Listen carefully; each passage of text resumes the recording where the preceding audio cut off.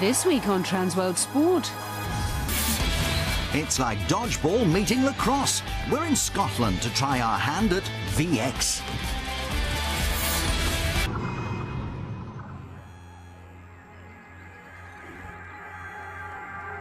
The Scottish town of Falkirk is situated halfway between Edinburgh and Glasgow. In the 19th century, the town was famous for its iron and steel works. While most of the industries in this area have now shut down, the local man-made waterways stand as a reminder of Falkirk's important role during the Industrial Revolution.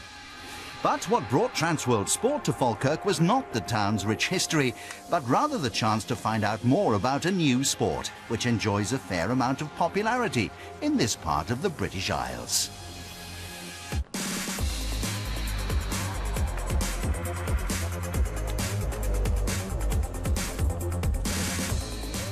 I always describe it as dodgeball and lacrosse because there's no really other way, and at the same time it's nothing like them. It's a dodgeball-based game that's used a stick that looks very much like a double-ended lacrosse stick, if you like. It just immediately prompts lots of questions for like dodgeball the movie and what you're throwing at people with a stick.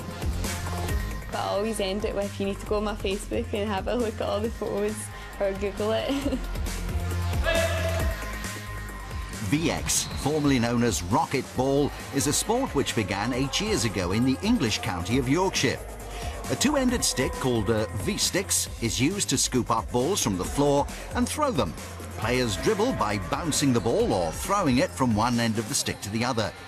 Points are scored for hitting an opponent with a ball. A mixed-gender sport, the two main formats are one-on-one called V2 and the five-player team version V5. The CEO of VX Scotland, Gordon Archibald, co-founded the Falkirk Cannons Club in 2009 and was part of the team that represented Scotland at the inaugural World Championships back in 2007. There was India, Pakistan, England and Scotland. And nobody held much hope out for Scotland because they're the only team with a mixed team, and actually we won that first tournament. Since then, the sport's kind of grown over the years. We're the only team at the minute in Scotland, but we have somewhere in the region of about 45 players playing in our club. So it's growing week on week.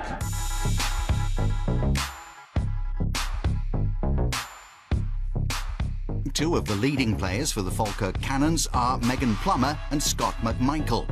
Both have won world titles. Scott won the V2 title in 2011, while Megan was crowned the first female V2 Youth World Champion the following year. Now competing as a senior, Megan has joined Scott as one of the world's top 4 ranked players, and the two represent Scotland internationally in both V2 and V5. For me, it's all about the speed. Getting the shots away as quickly as possible is vital to winning because the more shots you have, the more likely you are that you're going to win. Just by the percentage, but I think as well you need to be quite quick and minded because it's a really high tempo game. V2 is played on a squash court with 3 balls and is the most intense version of the sport. 1 point is scored for hitting your opponent below the neck and 2 are awarded for catching a ball. Players can defend themselves with their stick, but must stop when hit and raise their hand to signal the score. Until the referee tells them that player is out of the game and may not pick up any balls or be hit again. Any infringements can be penalised by 3 points, so honesty and integrity are key to the sport. V5 is played in the same way, but on a larger court and with 5 balls. The sport is actually really easy to pick up. I found that after the first couple of sessions where you feel like you're never going to be good at it, it's almost like it clicks. VX is an amateur sport, with all the clubs being run by volunteers. At the Cannons, it's the senior players who take responsibility for coaching and promoting the team. A designer by trade and a fitness fanatic, Scott McMichael has been with the club since the beginning and is impressed by the physical nature of the game. VX was introduced to me sort of in 2007, back when the sport first started. It was actually, my dad was at a conference for PE teachers and saw a sort of demonstration game and was just really taken in by the sort of variety and challenge that it offered, and just basically picked up a stick as soon as I could, kept playing. When I describe it to others, I say I played things like squash, and that can be a really hard workout, but even in squash there's a break or a pause when a point's won and you go back to service. But a proper game of VX, be it V2 or V5, the intensity is solid for a full 4 minutes at a time.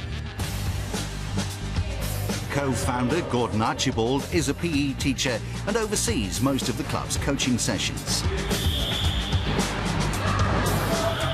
Youth participation is on the increase and more local schools are taking to the sport. VX is largely self-refereed, promoting fair play amongst children. When I was young, playing football for instance, I would like to have thought I was a good football player, but I wasn't. I used to spend all playtime running about, chasing the ball, but never actually seeing a ball. With there only being one ball in the game, it's very difficult. In VX, of course, there's 5 balls, and as you're learning to play the game, there's always a ball will roll past you, you'll be able to pick that up, and then you're involved in the game. So for children who tend to shy away from the kind of traditional sports of basketball, football, rugby, this is an ideal sport for them. As more people discover and start to play VX, competition for places on the Scottish national teams is on the increase.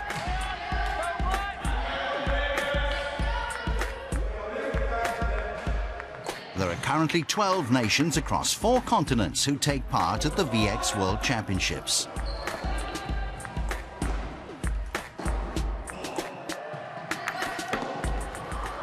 Every year when we've gone to a World Championship, it just gets quicker, more relentless. The technique on display, and so at the age I'm at, it's great to see the youth, because the actual skill level that they're coming through, it's a completely different game now than it was in 2007.